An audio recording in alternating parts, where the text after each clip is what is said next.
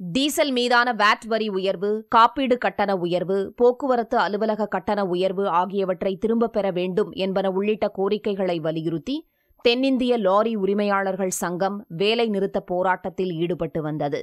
கடந்த 10 நாட்களாக நடைபெற்ற போராட்டத்தால் தமிழ்நாடு, கர்நாடகா உள்ளிட்ட 6 மாநிலங்களில் லாரிகள் இயங்கவில்லை.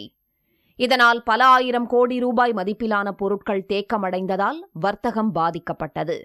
வேலை நிறுத்தத்தை முடிவுக்கு கொண்டு வருவதற்காக ஏற்கனவே டெல்லியில் நடைபெற்ற பேச்சுவார்த்தை தோல்வியில் முடிவடைந்த நிலையில் ஹைதராபாத்தில் மத்திய அமைச்சர் பொன் ராதாகிருஷ்ணன் முன்னிலையில் காப்பீடு கட்டண உயர்வை குறைப்பது தொடர்பாக பேச்சுவார்த்தை நேற்று நடைபெற்றது.